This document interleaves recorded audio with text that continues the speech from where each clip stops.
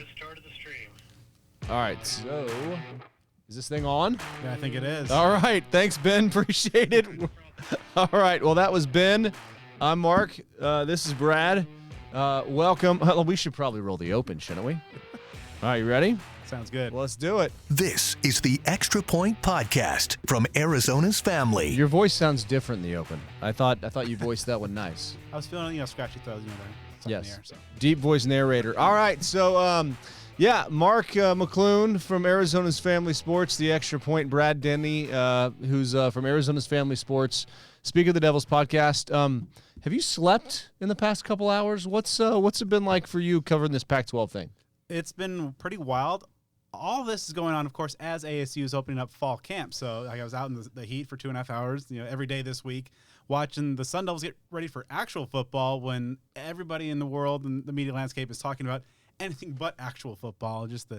I'm ready for football, but of course, you have some existential situations going on, which is in terms of where everybody's going to play. Are we going to be able to play? Who's getting a seat at what table? And it's madness. How did we get to this point? This is the dumbest, most ridiculous sport, and it's always historically been. There's been weird controversies for the entire history, but this, is a very interesting landing spot. It's weird in that the imminent death of the Pac-X or whatever at this juncture, we don't know. It seems both very sad, but also extremely inevitable in terms of just the NFLization of college football. Well put. Very well put. Yes. We're moving, obviously I think it was just a matter of when. And so right now it's assembling rearranging the chairs in terms of just where everybody's going to be, who's going to be at the cool kids table. We're already into kind of a power 2 situation with the Big Ten and the SEC. Who's going to be that number 3 conference? Right now it looks like the Big 12 is just amassing the numbers to get to there.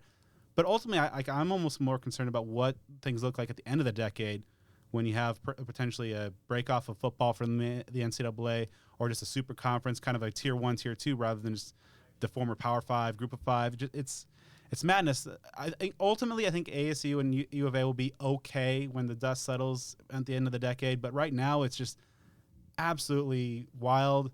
And I think right now the blood of the Pac-12 or Pac-10, that legacy is on the hands of the commissioners and the conference or the university presidents. Poor leadership has resulted in this conference not being able to get out of their own way and probably going by the wayside. Well, and I just look at the Conference of Champions and all the rhetoric over the past couple of years. And truthfully, if you want to blame my Longhorns, blame my Longhorns. We probably did it again. We broke up the Big 12 and then went to the SEC. And, if Texas and Oklahoma would have just come out here 10 years ago and the Pac-12 would have figured out a way to make that happen, they'd probably still be standing today. Was that do you think the original, was that the start date as we chronicle the death of the Pac-12 here? I think that's one of those big inflection what-if points where there's an alternate Kelvin timeline of just what happened to this conference, what could have been. But I believe, at that point, the Pac-10 going to 12 was very set on just kind of the egalitarian equal rev share. And when you're bringing in, blue bloods like Texas and OU, they wanted a bigger piece of the pie, and then there's Longhorn Network stuff in there, and I think they were just Larry, the epitaph of the Larry Scott era. It's just having that mentality that you're just we're better and bigger than those certain situations, and we don't need to that. We're going to stick and hold to our ideals, and we're good enough. Instead of being a little bit more forward thinking, where you say perhaps you fast forward a little bit, perhaps if Kliavkoff comes in and maybe offers LA schools a little sweeter deal, maybe not to the extent like Boise State has the Mountain West, but enough to keep your centuries-old conference together, and you actually have a viable West Coast presence in college football. Yeah, and I from Texas, grew up Southwest Conference, watched that break apart, went to the University of Texas. First job was in Medford, Oregon, so I got to cover the Ducks and the Beavers. Then I went to Spokane and got to cover the Cougs and got to cover the Apple Cup rivalry, and then came down here and the Sun Devils and the Wildcats. So definitely have an affinity for this conference and the people that are moving on and being left out. And I guess, what do you think's happening over right now at Old Main? Arizona State, they have to go, right? They have to go to the Big 12. Can you see any scenario where they are not in the Big 12 by Monday? Realistically, no. That's the move to make. However, conference leadership, President Crow, you never know. You simply just never know, because there's been decisions. I mean, he's was one of Larry Scott's most ardent supporters, and obviously the damage that Larry Scott did to this conference is irreparable.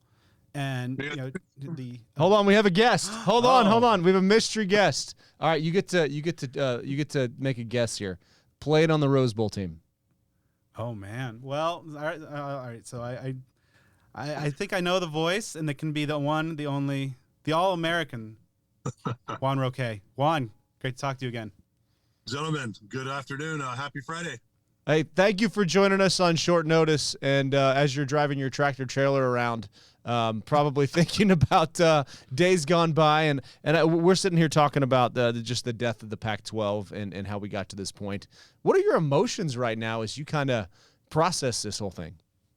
Well, I think emotionally, been preparing for this for a while, guys. I think that it's safe to say that since its inception in 2011, the Pac-12 was already dead.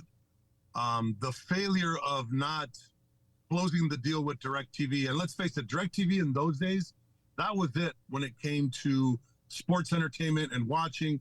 We didn't have the streaming as we do now and all the different things that have kind of manifested since then. But in 2011, when Larry Scott failed to make that deal, to me, that was the beginning of the end. It's just been a matter of time before other conferences surpassed the Pac-12, surpassed the revenue. We've just seen a lot of changes in those 12 years, guys, and it's just safe to say that this was a long time coming, and it was doomed from the start. Name your simile, right? Whether it was the Titanic or the poor guys on that submersible to the Titanic, it was doomed from the start. It was doomed to fail from the start. All right, so in both of your opinion, I mean, is there any way that ASU can't and doesn't end up in the Big 12 by Monday? Brad, we were kind of talking about this. I mean, when does this deal get done? I think we're seeing things happen rapidly, and when these realignment scenarios kind of reach this end game phase, things move pretty quick. We saw the news with Oregon and Washington, and their imminent move to the Big 10. So yeah, it's a matter of just kind of a game of musical chairs. But I think ultimately ASU will be okay in terms of just the market size, the brand, and it's not necessarily a marquee blue blood brand, but it still holds some pretty significant clout in the West. So I think we should see something here pretty soon. Now, I do think that I was alluding to the Michael Crow element. You never know. There's maybe a part that maybe he just wants to go down with the ships. He's been the supporter of Larry Scott for so long, and just the Pac-12 and staying together and all that in general. Maybe, but I think ultimately he sees reason. He sees that you can be in a Pac whatever or some sort of zombie Pac Mountain West amalgamation. But I think get Hawaii in there. Yeah. Let's get crazy. But I think ultimately, they have to go to the Big 12. It's where the money's at. It's where survival's at. It's where viability is at. And I think ultimately, even despite maybe some other elements at play there with Dr. Crow, I think he'll see the light. All right, and Juan is a letter winner, a proud Sun Devil, and a guy who was on the field when this program went to its greatest heights. What's the conversation right now among the former players? And I mean, can you see any scenario where Arizona State doesn't go to the Big 12? I think it would be disastrous if they do not make the move. And the reason why is because, like you just said, the Pac-12, the Pac-10, the Pac whatever, Pac question marks, it's a dying conference. And the best you're going to be able to do is lure mid-major schools at this point where you become a Mountain West 2.0. Very well said, by the way, because that's exactly my sentiment. And the talk among the alumni is we got to do what's best for the players. We got to do what's best for the alumni, do what's best for the program. One of the biggest problems ASU has year in and year out is this apathy of fundraising, people not wanting to get involved. Everyone's always in wait and see mode. You want to be in perpetual, permanent wait and see mode, stay in the flipping Pac. Stay there and watch what happens, because there's been a lot of chatter. I don't know if you guys ever picked up on the crazy stories about, Cal and Stanford are considering dropping football altogether. So when you have all these different things circling, UW's gone, Oregon's gone, what are we going to do? Stay in a Pac whatever, where we're going to Pullman every other year, and we got Oregon State, and I mean, who else is left? U of A wants to go, and I know right now there's the chatter, and I think all this is just the corporate posturing kind of they have to maybe say the things that they're saying, and they got to kind of put the brakes on everything, and everything has to have its due process. But I think at the end of the day, when you just look at the scenarios, staying or going is the only thing that makes sense. And the Big 12, you remember, guys, the Big 12 a few years ago, they were writing their obituary. Yeah, they were writing a lot of opinion articles how the Big 12 was dead. The days of the Big 8 were gone. They failed to hold Texas. Texas A&M was gone. Oklahoma was leaving, and they considered this conference dead on arrival. And they have come back in a major way. Cincinnati's joined, BYU's joined, Central Florida's joined. How can we not want to be part of that, where now you're in a conference where maybe every other year you're playing in Florida or you're playing in Ohio? Guess what? You're getting exposure in those markets that you wouldn't normally get, or you're getting way late at night. I mean, no one's watching a Pac-12 network at night at 7 p.m. which is 10 p.m. on the East Coast, guys. We know that. They're not doing it. It's just not happening. But when you play Central Florida during the day, people are going to watch. You play Cincinnati during the day, people are going to watch, especially the crazed, Midwest that loves football, or even the Southeast. So now you got avenues potentially to not only high school recruits that you wouldn't normally get, but the transfer portal. You got guys that are your pro is going to be exposed to a lot of different markets where you maybe get a little bit more of a foothold to make your program better as far as the talent. So, the TV, I mean, come on, do we really want to subscribe to Apple TV to watch ASU play? Because I'm not going to do it. I don't know anyone that's going to do that. But you get Ted Lasso too. It's not going to happen, guys. It doesn't work that way. I mean, do you know how many people I know that get Sling TV just for the Pac-12 season and then cancel it when it's over? Right. That's the Share They're not going to make passwords. revenue like that, guys. It's going to be a joke. What is your password, by the way? I was looking at dialing that. I want to get the Astros out here. Does there any? Then Juan, let's start with you and then go to Brad. Does there need to be any nudging? Do you feel like over on campus right now, or do you feel like we pretty much know the way this is going? It's just a matter of doing it in a professional way, and maybe even trying to bring Washington State and Oregon State with them. The nudging would probably have to be on the seven-figure check writing boosters. I don't know how many are left at this point. Those days are kind of gone, where you have the big check guys, right? That walk in and stroke a big check like a Phil Knight, or like we used to have like Verde Dickey, guys like that, Nap Lawrence, who did contribute $1 million to the NIL earlier this year. But those are the kind of guys that would need to make the push or the nudge or make the call to Michael Crow. I call Dr. Crow, yeah. It ain't gonna do much, trust me. It's just because of the whole fact of the matter that to have influence, obviously it comes down to money, and I think that the ones that are given the most are probably the ones that could influence that decision more. But at the same time, I'm not quick to write off Dr. Crow. I know there's a lot of online chatter. People on social media are pissed off at him, and they're saying this and that about him, that he wants to go down with the ship, like you just said. Yeah, okay, well, just calm down. Let's let this run its course. Dr. Crow is also a president of a major university. I don't think he could show knee-jerk reactions and just jump in on the bandwagon. They got to do things right, and if it means we got to wait a few more days, I'm good with that, as long as the end result is what we want it to be, right? Yeah, I think it's going to be interesting to see how that plays out, because I think it is fair to kind of question Dr. Crow's commitment to athletics in terms of other major universities in this sphere, and also that's not necessarily like his most important job. I mean, what he's built ASU into from the academic side, that's his primary focus, and so he's doing a great job there. But it's just I think it's fair to question the commitment there. That's the hesitation. But I do think from my conversation with folks in the program, everybody is ready to go. The path is clear. The Big 12 is where this ship needs to go, where the future needs to be, at least in terms of the next 3 to 5 years, time span. So I don't know that there's any kind of nudge. I think the sense I get from the folks in Tempe, they're ready to go. They want this, and it's just a matter of just like, all right, is it in the next 24 hours? And as you mentioned, is it Monday? But I think the momentum is all there. The numbers are all there. They don't want to be in a position where their survival and their financial future is based on how many subs did Apple sell this year, this financial, So they want to get, that 31.7. Yeah, I mean, there's a big gap between the Power 2 and that, but that's still a lot better than where you're going to be. And also it's enough to get you by, I think, for the next half decade or so until the next kind of crazy shift in the sport. Well, here's the one. I mean, and I believe they're gone. I mean, I believe you should go, but Apple owns everything.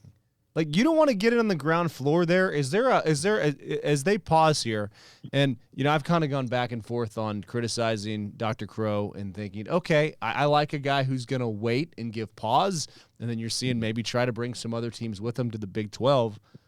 What would are you making a huge mistake here not getting on board with Apple, because Apple's going to run everything, right? Juan, let's start with you. I got just one thing to say to y'all. Amazon TV with Thursday Night Football. Do we really want that every flipping Saturday when it comes to college athletics? I get it. Apple owns everything, and I'm on an iPhone myself. I'm not taking anything away from that. I'm talking about, reachability. I'm talking about being visual, being out there. People are not going to subscribe. I'm sorry. I don't see it. I don't see people subscribing to something to be able to watch something. Or they're going to do it in a short-term manner that the revenue's not going to be there, and then you're going to have a big problem later on where the money is going to be either renegotiated or not paid at all. I mean, I just, why go down that path? We have a direction that we can go in that doesn't require us to get creative. If we got to get creative on media, guys, and on a TV deal, we're in the wrong. We're talking to the wrong people. Again, the NFL tried this with Amazon, and it didn't work out very well last season. It just didn't, because again, sports to me is just a different realm that just. They call me old school, but yeah, it just belongs on the cable channels, those networks, right? Networks, not streaming platforms. It belongs on a network. And the only way you're going to build that network is to do it in the traditional way. No, I agree. And here's a live look at me trying to turn this on. Hold on. Like, here's my 3 remotes. I don't know if you can see this one. Yeah, it's, and then you're yelling at your wife, and you're like, where is the remote, and why don't we have any batteries? So, yes, point well taken there. ESPN is going to streaming. I think it's a matter of time before it's all streaming. But at this point, I mean, you have to take the sure thing in the Big 12. Do any of these rivalries, I mean, I guess maybe basketball, what game are you most looking forward to in the Big 12? Well, I mean, I guess the easy answer would be ASU U of A, because I think that's gonna, that's keep that, please. Yeah, there would be. I think if there's one thing to unite those fan bases, it would be like a threat, to that game. It's like that's interesting. It's like this is gonna be wild in terms of like the new Big 12 landscape. I think it'll be very interesting to get like the ASU BYU rivalry back up and running. That'll again. Be huge. Yeah. Without question. And get Utah going over there too. That's like the old whack. Remember, it's like getting the old together. What's UTEP up to these days? Let's sign them up. Can you, Brad, on that point, very well made point, because can you imagine ASU and U of A end up in different conferences and the Territorial Cup played in late September or in October? That's anathema. That's blasphemy. Can you imagine that? That would not. I remember the 2011 season, guys, when we had to play the Rats, and then we had to turn around and play Cal. You guys remember that? That was so. We lost both games, but I mean, that's a different Didn't story. they storm the field? When was it? When they stormed the field with Cal and knock over the fence? That wasn't that year. That was maybe earlier when they ran through the gate. Yeah, I think that was the year before. Okay. I get. Yeah, that's when we had kids, so it all kind of blurs together.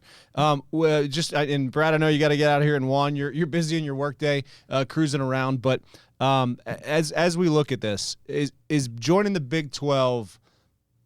Can you see a path for Arizona State to get into the college football playoff and compete in the Big 12? Yes. And now, if there was, that would have been one of the upsides of like a revamped Pac-10 if Arizona had gone like and you replace Colorado with San Diego State. Then that's a 10-team conference you're viable of competing in. But also going to the Big 12, there's more teams, but there's not that level. There's not like that one powerhouse program in the Big 12. Now that might make things a little more difficult in terms of there's a lot of parity there, but I do think that if Kenny Dillingham is able to kind of finally wake that sleeping giant, maybe not even fully, just get some of that long gestating potential of Arizona State football going, that's a program that can rise to the top in the Big 12 in pretty short order. You can be up there with the Baylors or the Texas Tech or TCU. You can be one of those teams that kind of makes those runs every couple of years if you get things going. Kansas State's proven that they can be consistent top 25 team. And I think Arizona State has much more potential than a K-State. So Yeah, where are you going to school? Manhattan, Kansas, or Tempe, Arizona? exactly. No-brainer, isn't it? Provo or Tempe. Juan, though, but you played in a Rose Bowl and can speak to how special that is. Is Arizona State still competing for the Rose Bowl? Who even still plays in the Rose Bowl? Well, I mean, with the new college football playoff landscape and the contracts and the agreements, I think it's just wide open, and especially with the Pac whatever dying. Obviously, the Tournament of Roses Commission is going to make deals with other conferences. Why not the Big Ten and the Big 12? Because you're still going to get your Oregons, your Washingtons, the Ohio States, the Michigans when they're not in the playoffs, and the Arizona States. But then, Baylor. What's wrong with Baylor going to the Rose Bowl or Texas Tech? I mean, so the opportunities are there, the avenues are there. It's just a matter of it happening, and the rest can be figured out, guys. The whole point of the matter is let's just get it done. Let's just get it done. And stop with the hemming and hawing, and let's get a clear path before the first game of the season, so that we're not going into the season with this nonsense. USC and UCLA played it perfectly. They said, "Hey, look, we're done during the offseason. We're done. This is our last season. We're out of here." Now, they could just focus on what they got to do this year, and be done with it. So we don't need the distraction. We've already had enough distraction, right? The last few seasons. Holy Lord, with this NCAA crap and Herm and Herm getting fired, and I mean the whole shebang. We don't need it. These kids need to focus. We got a first-year head coach, so get it announced, get it done, and let's focus on football. And then next year we'll make the jump, right? That's why I look at it. And the one thing about the Rose Bowl, perhaps losing that historical Pac-10, Pac-12, Big Ten ties is, and I think Juan will appreciate this, that we're looking at a situation where U of A never made it. I mean, they still haven't made it, and that door's going to be shut. Hold on, let's see if he's smiling. Is he smiling? There we go. I mean, yeah, they might not ever make it. I mean, how much fun is it? You've got a lot of guys down there you can talk smack to forever now. Absolutely. Last thing, the college football, I think it's fair to say, in the last 20 years has experienced unprecedented growth. Do we feel like going forward that growth is there to be had because it seems like it always has, or could we potentially see a scenario, and Brad, let's start with you, where one of these colleges goes bankrupt? I do think it's going to be interesting because obviously we're talking football first and foremost, but in these coastal spanning conferences, how many of the other sports are going to have to be cut? As like the Olympic sports are, as these costs and travel things come up, and everything's centered around football. It's just going to be interesting. It's like the NFLization of this entire sport. The sport obviously has evolved over the years, and there's been so many things. Oh, this is going to kill college football, and it doesn't, and just finds a different way. I'm just wondering exactly what this is going to look like in 10 years. Kyle Whittingham went on record and talked about how he foresees a time where classes aren't going to be required. It's just going to be basically players are kind of signing with these schools, playing in like kind of the NFL minor leagues, and then make their way up. And so it is sad in a way to see it all, or at least so many things of what has made college football unique, regional, special, weird, wild, just go by the wayside. And as things kind of evolve into just a entity built by and moved by TV money. I mean, ultimately, are we going to see like the ESPN division and the Fox division, and that's how the sport is divided up, rather than FBS or conferences or anything like that? Juan, do you think we're headed towards growth? Or you think we're headed towards some disaster? I think it's going to be a combination of both, and not disaster per se that the sport ends, but I feel Brad's point because it's very valid. Where a lot of these players are now mercenaries, but that aside, the NIL and the money part. But I think that the overall cost, even with revenue sharing, even with these billion-dollar deals, it's expensive to maintain a program. I think a lot of these programs that aren't in the top tiers, that aren't getting the sponsorships, that don't have the alumni base, or they don't have the financial foundation to be able to make it. Don't be shocked if in 10 years we're down to 4 conferences, and that's pretty much it. About 60 schools that are considered what now D1, FBS, and everyone else either drops to the FCS or does football. Because I just think that it's headed that way. It's super expensive. It's getting more and more costly. As athletes demand more, and it's just I don't see a scenario where it's going to stay like it is today. We're not going to see 120 something FBS schools. We may see half of that in 4 or 5 conferences, and that's pretty much it, guys. And don't be shocked if the NCAA ain't around in 10 years. And Brad, you got a point. Don't be shocked if there's no longer student athletes. There's just, free agent pickups. These guys are students. These guys aren't. I mean, I don't know how they're going to make that work, but we'll see. But it's just fortunately the state of the sport the way it is. And while I cherish and I love the college football that I was part of, where we were all the same, we all had the same scholarship. There was that parity among us that nobody had more than the other guy.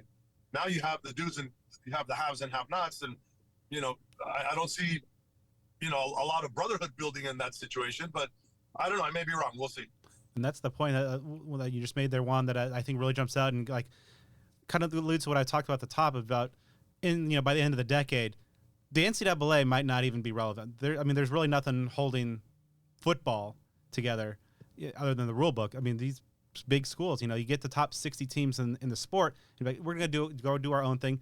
Finally get a unified commissioner to have things get going. And because, it's not like the NCAA championship at the end. No, it's the college football playoff. It's a separate entity. So it's like there's really no oversight. And so I think we're getting to the point where money is driving things so much that Fox and ESPN might just making that push, get away from the NCAA, just do football on its own kind of stand away thing. And I think that's kind of what Whittingham was talking about in terms of just he foresees a day where it's just no student athletes. So you just all right, I'm going to go sign this season with, Washington State. Right. The Dallas Cowboys play the Ohio State Buckeyes in Saudi Arabia or something just ridiculous like that. Juan, how much money would you command if you were on the NIL market today before we let you go? Man, guys, who knows? A couple tacos, maybe a burrito, and pizza or something like that. Maybe they'll let me ride around a lowrider or something. I don't know. All right. Well, maybe if you got a couple plays in you, I think it might be worth your while to go to make a little side cash. But hey, thank you so much for zooming in here, having this discussion here, and man, it's always fun talking to a Sun Devil legend. Great to see you. You guys too, man. Have a great weekend. Be safe, and let's avoid this heat. Take care, guys. Right. Thanks so much. So, Mark, cutting in with some breaking news here. Yes. Apparently, yes. Pete Thamel. Yeah. ESPN is reporting that Utah and ASU have applied formally for membership in the Big 12. It's done. Wow. I feel like that's what we expected. I didn't expect it to happen on the podcast here. Yeah. And you have another podcast tonight, right? That's true. Yeah. So Speak of the Devils, as we enter our 13th season of the show. You've been doing it 13 years? 13 years. Wow. 2011. Yeah. So we were that was the season. All the finally got Brock Osweiler, the new uniforms. It's there's a lot of excitement. So it was a good time to launch a show. We're doing a live. That was 13 years ago. This is it's gonna be the 13th so season old. of the show. Yeah. So we're doing our first ever live podcast at the Graduate Hotel in Tempe, 6 to 8 p.m. Free admission. We've got DJ Foster, Bo Moose, Ho Rubino of Devil's Digest, and the voice of the Sun Devils and former 3TV sports anchor, Tim Healy, coming along. So great guests. We're going to be giving away some free stuff, drink specials there. A portion of the bar sales will be going to Sun Devil Family Charities, so giving back. It's going to be a good time. First ever live show. Awesome. We'll see what happens. There's like an oil painting of Tim Healy around here somewhere that we have. It's got. I know I've seen it. It was right back there, and somebody moved it. So we're gonna rummage around. But we're gonna let you go because you got a show to prepare for. Thanks so much for coming on. Of course. And listen to Brad tonight. Tell people quickly where they can find that. Yeah, it'll be Speak of the Devils. You can find that on everywhere you get your podcast, Apple, Spotify, the whole shebang. And the Extra Point Podcast is a production of 3TV, CBS 5, and azfamily.com in Phoenix, Arizona. Thanks for listening.